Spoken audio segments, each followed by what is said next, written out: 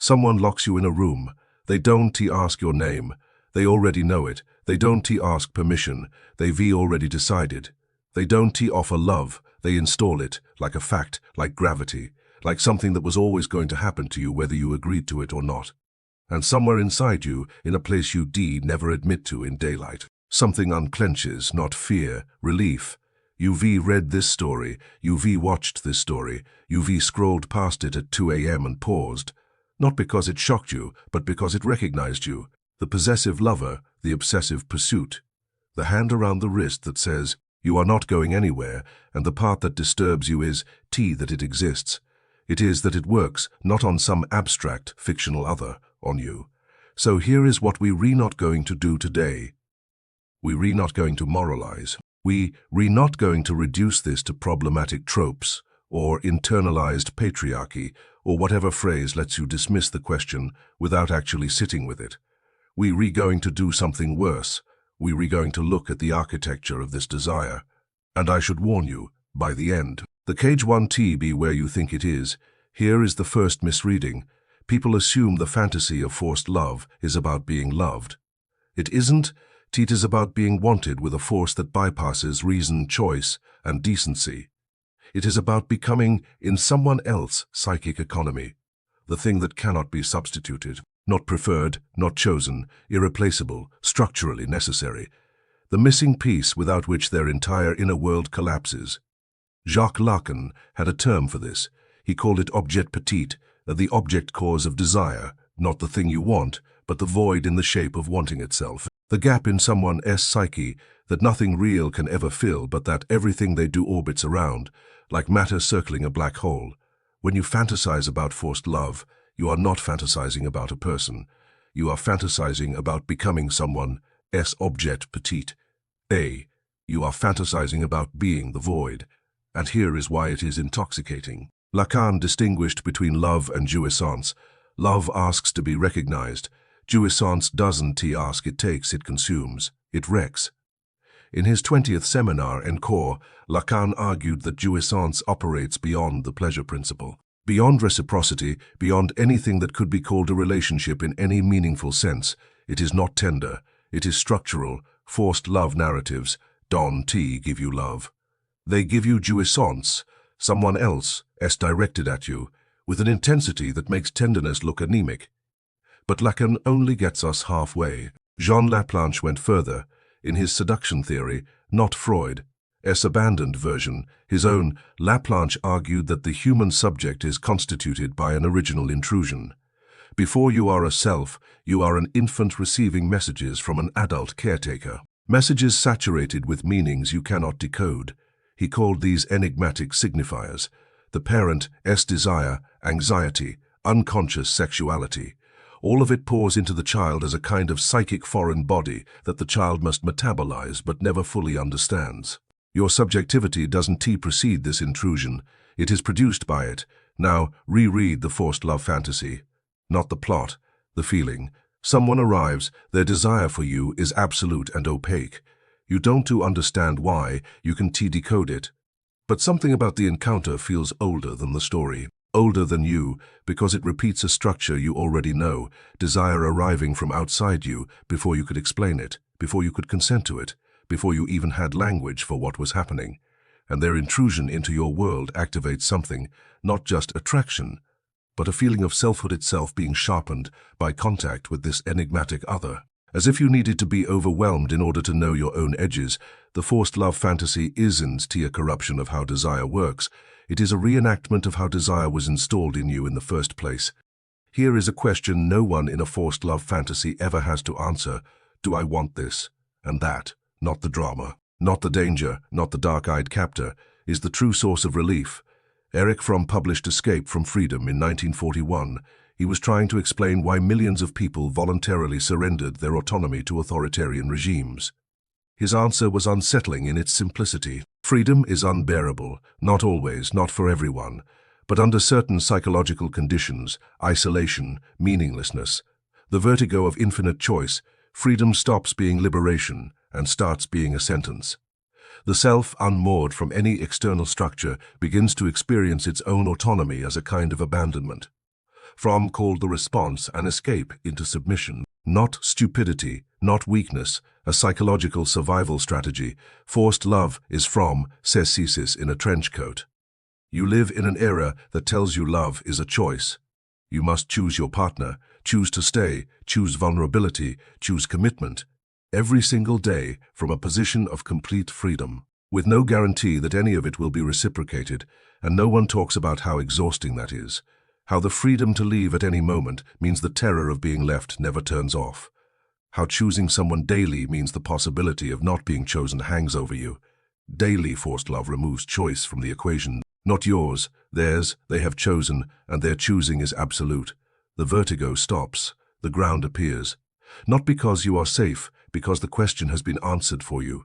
Kierkegaard understood this before Fromm did.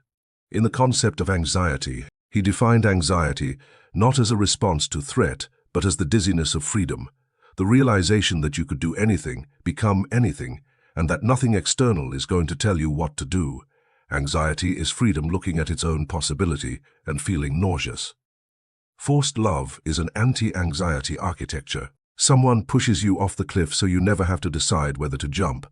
But there is a deeper paradox here, and Jessica Benjamin named it. In The Bonds of Love, Benjamin argued that what we actually crave in relationships is recognition, to be seen as a full, autonomous subject by another full, autonomous subject. But real recognition is terrifying. It requires mutual vulnerability. It requires you to see the other person as genuinely free, free to misunderstand you, free to leave, free to not want you. Benjamin called this the tension of mutual recognition, and she argued that domination and submission emerge precisely when that tension becomes too much to bear. Submission offers a kind of recognition, but a collapsed one. The dominant figure recognizes you, but only as an object of their will, and you recognize them, but only as the absolute authority. Neither of you has to endure the real vertigo of seeing a free person and being seen by one. Forced love narratives are exquisitely designed to provide Benjamin's collapsed recognition. The captor sees you intensely, obsessively, totally, but never as a free subject, and you see them as powerful, as consuming, as undeniable, but never as vulnerable. It feels like intimacy. It is the architecture of its avoidance. There is a clinical observation that most people find uncomfortable. Robert Stoller spent decades studying sexual fantasy. His 1979 work Sexual Excitement proposed a thesis that still unsettles. The engine of erotic excitement is not love, not beauty, not connection. It is hostility. Specifically, it is the conversion of childhood humiliation into adult triumph. Every sexual fantasy, Stoller argued, contains a hidden script in which an old wound is restaged, and this time you win. The danger in the fantasy is an accident. It is the mechanism, without risk, without transgression, without some echo of the original injury, the erotic charge doesn't fire. Read that again, and then think about why forced love narratives never begin with safety. They begin with threat, with power asymmetry, with the real possibility of harm, and then they pivot slowly, agonizingly, toward tenderness. The captor softens. The monster reveals a wound. The person who could destroy you appears to come undone in your presence. Notice what that pivot does. It does neutralize the danger. It converts it. The fantasy does not eroticize safety. It eroticizes the conversion of danger into proof. Proof that you are the exception, the one who survived, the one whose presence dismantled the threat from the inside. That is Stoller's formula in narrative form. The hostility generates the charge. The reversal generates the triumph. Freud arrived at something similar in 1919, in an essay with a title that still makes people flinch. A child is being beaten. He was analyzing a particular beating fantasy that recurred across patients, the fantasy of watching a child being punished. What Freud uncovered was a three-phase structure. In the first phase, someone else is being beaten. In the third phase, the fantasy is depersonalized. Anonymous children, anonymous authority. But the second phase, the one that is never consciously remembered, is, I am being beaten by my father. And this phase, Freud argued, is the erotic core. It is inseparable from guilt, from the Oedipus complex, from the unbearable proximity of love and punishment in the formative years. Forced love lives in Freud's second phase. the phase you can access directly, the phase that has to be dressed up in fiction, displaced onto characters wrapped in plot, because the raw version is too close to something you once felt and were never supposed to feel. And then there is Bataille. Georges Bataille, in Erotism, Death and Sensuality, argued that eroticism is not about pleasure. It is about continuity, the dissolution of the boundaries between self and other. Ordinary life is discontinuity. You are you, I am I. We are sealed inside our skins, our names, our separateness. Eroticism is the violent interruption of that separateness. It is why the language of desire borrows from the language of destruction, breaking, consuming, devouring, losing yourself. Forced love is Bataille's continuity by force. The boundary between you and the other is not negotiated. It is breached. You don't dissolve willingly into another. You are dissolved. And in that dissolution, something in you recognizes what it has been starving for, the end of being sealed inside yourself. Let S descend one more level if Lacan explains what you want, and Fromm explains what you are fleeing, and Stoller explains what excites you. Then attachment theory explains what aches. Bowlby's framework is well known enough that I rehearse the basics. What matters here is the specific architecture of anxious attachment, the internal working model that says, I am only safe when I am certain I will not be abandoned. And certainty is the one thing real attachment never provides. If you are anxiously attached, you live inside a contradiction. You want closeness, but closeness without guarantee is agony. You want love, but love that can be withdrawn is a loaded weapon pointed at you at all times. You want someone to stay, and the fact that they are free to leave makes their staying feel provisional, temporary, a kindness they could revoke at any moment. Now look at forced love. It is an anxious attachment fantasy with the anxiety surgically removed. The other person does not choose to stay. They cannot leave. Their fixation on you is not a decision. It is a compulsion. A law of their nature. You don't have to earn it. You can lose it. The attachment is secured by something more reliable than love. Obsession. This is not healing. This is anesthesia, and the distinction matters because Winnicott understood something about love that forced love fantasies structurally cannot provide. In his 1969 paper, The Use of an Object, Winnicott described a developmental milestone that sounds paradoxical. The child must destroy the object in fantasy, and the object must survive. The mother must be hated, attacked, annihilated in the child's internal world, and then she must still be there, unchanged, unretaliating. Only when the object survives destruction does the child learn that the other is real, not a projection, not a function of the child's needs, a separate, surviving, external being. This is what Winnicott called object usage, as opposed to object relating. In object relating, the other exists only as a mirror of your needs. In object usage, the other exists independently, and that independence is what makes the relationship real. Forced love fantasies provide object relating in its purest form. The other exists entirely as a function of your psychic needs. Their obsession with you is not tested, not questioned, not threatened by your anger or ambivalence. You never destroy them because the narrative won't let you, and because you never destroy them, you never discover that they real. The irony is exquisite. The fantasy that feels like the deepest connection is structurally designed to prevent the very thing that makes real connection possible. And now we arrive at the part you've been avoiding. You know this fantasy is in about someone else. You know the captor is you, the cage is you, the desire that bypasses consent and reason and daylight morality. It lives in you, and you've spent years making sure it doesn't get out. Jung called it the shadow, not your dark side, your denied side. The shadow is evil.